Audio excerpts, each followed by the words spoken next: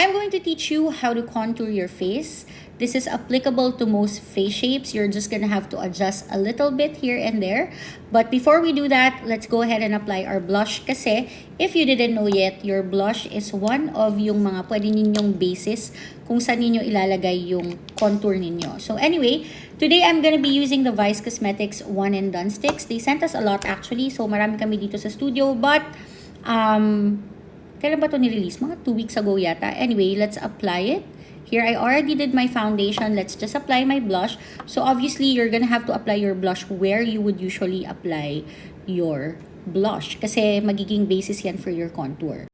And a lot of people ask me also during my live streams or in some of my videos, ano daw ang mas magandang pang contour? Kung cream daw ba or powder? You know, not a lot of people will agree with me. But cream contours are so much easier to use for beginners kasi mas madali siyang ma-adjust, mas madaling magawa ng paraan kapag yung pagkakamali ninyo is from a cream product. And this is true for most products like your blush, your bronzer, mas madali talagang makontrol yung creams. Medyo intimidating lang siya kasi creams nga siya.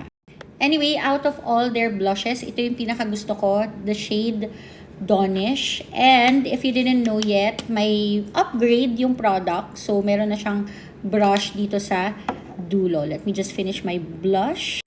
Okay, now let's start with your cheek contour. A lot of people do this and then follow this.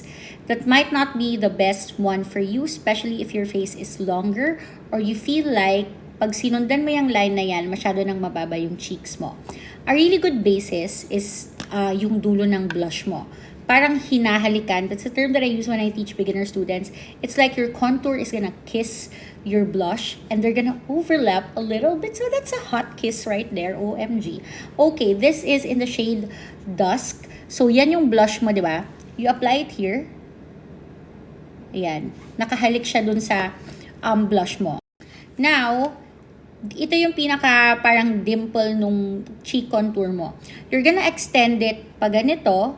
If your face is long, pag ganyan, if your face is round, so that it will get narrower or rounder. And then, paabutin mo siya dito only if yung temple mo is also protruding. Kung medyo nakapasok naman yan, hindi na kailangan mag-contour dyan. So, the way on how you do it is you go ahead and just blend, and then as your brush picks up the product, you bring it towards the outer corners. Now, you know that it has been well blended if kapag nakaharap ka, kita mo yung cut, ayan, I hope you guys can see, and then when you go to the side, it just looks like a shadow. There, very subtle. Of course, you can make it deeper depending on how, on where you're going. For evening events or stage makeup, anything with strong lights, you can make your contour more intense. Yan. Okay.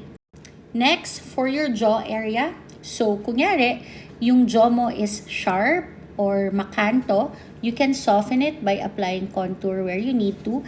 And the key here is to apply above and below the jaw para lumambot yung, para ka naman dyang bulalo, palalambutin ka pa. Para lumambot yung jaw mo. So, kunyari, if you want your jawline to appear, case in point, like for male makeup, di ba, mas brusko kasi, kapag nakalabas talaga yung jawline, dito ka lang sa ilalim magko-contour kasi wala kang kailangang i-soften. Yan.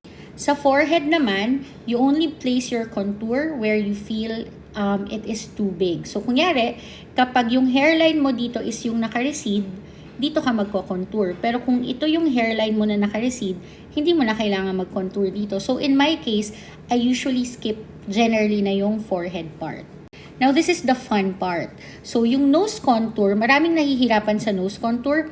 Kapag yung pang-contour ninyo is cream, sobrang dali lang niyang ayusin and sobrang dali lang niyang i-blend. So, kung ako sa inyo, first time yung magpa-practice mag-contour, you don't even need to get this one. Although this is a good product, mas maganda talaga cream application. Ang concern lang naman namin sa Academy is makapag-recommend kami ng products na will really appear like a shadow. For most cases kasi, dahil nai-interchange ninyo yung bronzer and contour, ayan, hindi siya nagmumukhang shadow. Nagmumukhang orange yung ilong ninyo. Eh, ang key nga sa tamang pag-contour is magmukha siyang shadow. Now, if you want to add more dimension, you can also apply a lighter concealer. But here is what it looks like. Looks like a shadow pag naka-side.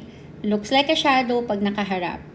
That's how you know you're doing your contour right. If you have more questions, just ask them in the comments, and you can always sign up for a makeup class with Makeup Science Asia.